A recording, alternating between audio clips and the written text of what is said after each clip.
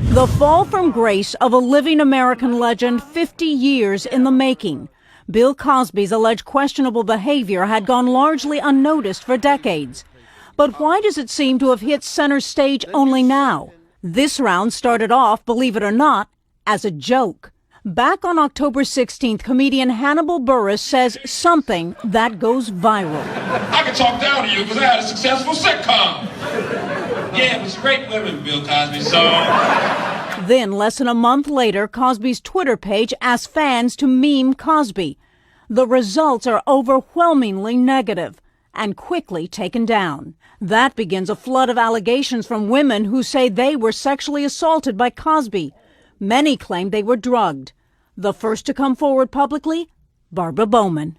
I never saw any drugs, but I would wake up completely confused, half-dressed, and knowing that my body had been touched without my permission. Also speaking out, Joan Tarshis. We went up to his bungalow afterwards. He made me a drink, and very shortly after that, I passed out.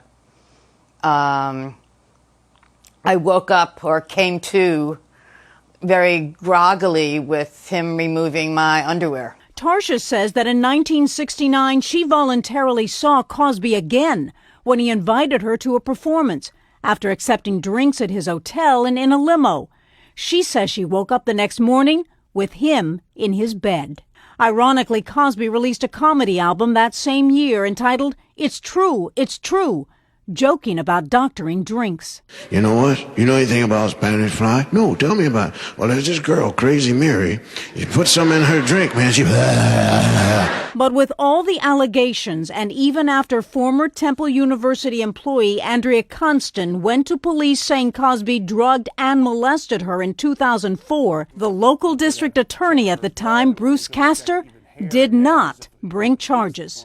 Years later, Castor explains his decision.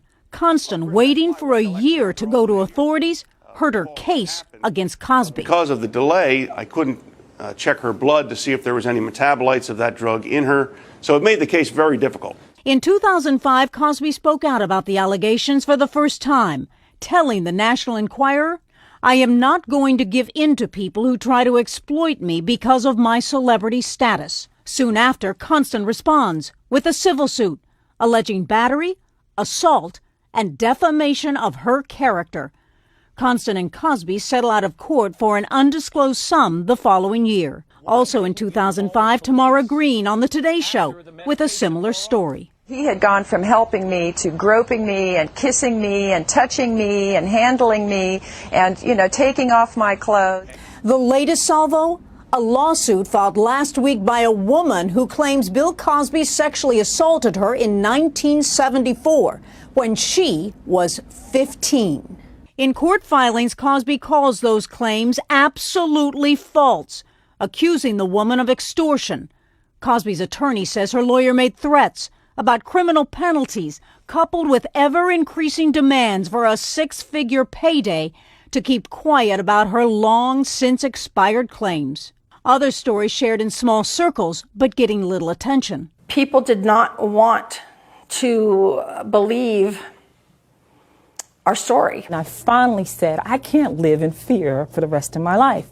The combination of comedian Buress's joke and the Twitter captions bring new accusers forward, some who share graphic details. But I remember more specifically waking up and that there was a lot of pain in downstairs. There was semen all over me, and that my pajamas bottoms were off and the top was open. He had his hand on the back of my head, and he was trying to push it towards his erect penis. Cosby's attorneys deny many of the new allegations and call Dickinson a liar. The accusers may not have been the only ones reluctant to talk about it.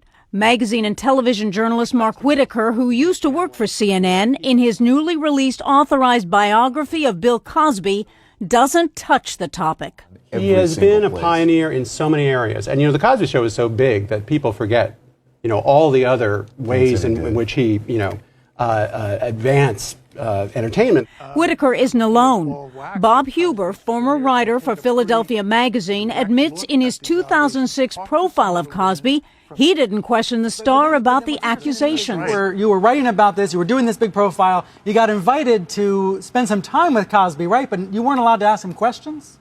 Right. In a recent column, New York Times columnist David Carr criticizes Whitaker, but also calls himself an enabler in not reporting alleged misdeeds by Cosby. Those in the know also included me. Whitaker then agrees with Carr, tweeting, "David, you were right. I was wrong to not deal with the sexual assault charges against Cosby and pursue them more aggressively."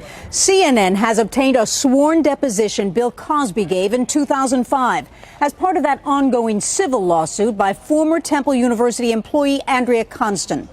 In this deposition, Bill Cosby says a media outlet suppressed another woman's story at his request.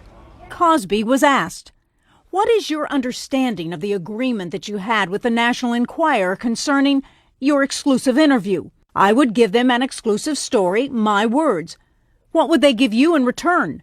"They would not print the story of print Beth's story." Accuser Beth Ferrier says her story was dropped from publication in the magazine after Cosby issued his one and only interview on the Constant and Tamara Green accusations. While not commenting on Ferrier's story, American media, which publishes the National Enquirer, tells CNN the National Enquirer, more than any other publication, was unflinching in our aggressive coverage of allegations against Mr. Cosby beginning in 2000, when everyone else avoided the story. But all of the stories and the recent decision by Cosby to leave the Board of Trustees of his beloved Temple University has many suggesting it is past time for Cosby himself to address this scandal. Jean Casares, CNN, New York.